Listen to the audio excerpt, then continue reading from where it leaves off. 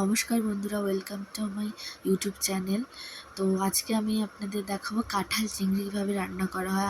আমি আর মা মিলে বানিয়েছিলাম। তো প্রথমে কড়াইতে কাঁঠাল, তারপরে হচ্ছে পেঁয়াজ কুচি, এগুলো কড়াইয়ের মধ্যে দেওয়া হচ্ছে। তারপরে একটু নাড়তে লাগবে, কাঁঠালগুলো খুব সুন্দর করে কাটতে লাগবে। এই দেখুন চিংড়ি মাছ এখানে রেডি আছে, তো ওটা পরে লাস্টে দেওয়া হবে। তো প্রথমে একটু তাপ বাড়িয়ে তার কড়াইয়ের মধ্যে কাঁঠাল আর পেঁয়াজ কুচি দিয়ে দিবেন ফার্স্টে। এই দেখুন চিংড়ি মাছগুলো, তারপর আলু দিবেন। আলু কুচি কুচি আলু কেটে বড় বড় যেমন মা কেটেছে ওইরকম করে কেটে এটার মধ্যে দিয়ে দিবেন। তারপর হচ্ছে লবণ দিবেন, স্বাদ পরিমাণ লবণ দিবেন। এই দেখুন লবণ কতটা দিতে লাগে, আপনাদের যতটা ইচ্ছে, মানে বাড়িতে যেমন লোক ওই হিসেবে লবণ দিবেন। তারপর মশলা ধনে গুঁড়ো, হলুদ গেছে, তারপর হচ্ছে জিরে গুঁড়ো, এটা হচ্ছে জিরে গুঁড়ো মশলার মধ্যে, মানে কাঁঠাল চিংড়িতে মশলাতে দিবেন রান্নাতে। তারপর আর হচ্ছে এইগুলোই লাগবে। তো হলুদ, ধনে গুঁড়ো আর জিরে গুঁড়ো, এই 3টা মশলা দেওয়া হয়েছে কাঁঠাল চিংড়িতে। এবার ভালো মতো নেড়ে চেড়ে দেওয়া হবে, খুব সুন্দর করে মা নাড়ছে দেখুন। এভাবে করে নাড়তে লাগবে, মিক্সড করতে লাগবে পুরোটা।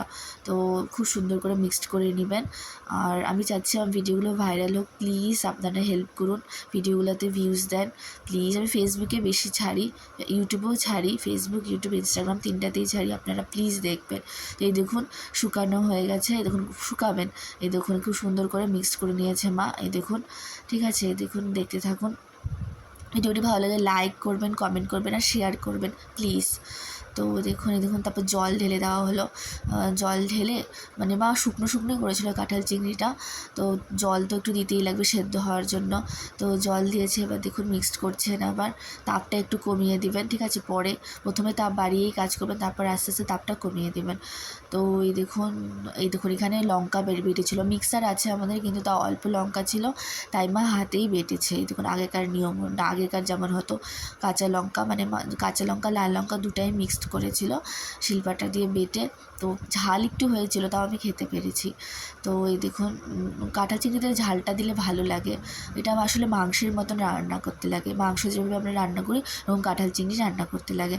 তো দেখুন খুব সুন্দর করে এই দেখুন মিক্সড করছে মা। লঙ্কার যেটা বাটলো মা ওটা ঢেলে দিয়েছে, জল দিয়েছে, আর মশলাগুলো তাকেই দেওয়া ছিল। তো এই দেখুন সুন্দর করে এবার আদা রসুন বাটছে মা, আদা রসুনগুলোও বেটে কড়াইতে দেওয়া হবে কাঁঠাল চিংড়িতে। তো এই দেখুন আদা রসুনও লাগে কাঁঠাল চিংড়িতে, দেখুন সুন্দর করে মা বাটছে কী কী লাগছে এই দেখুন।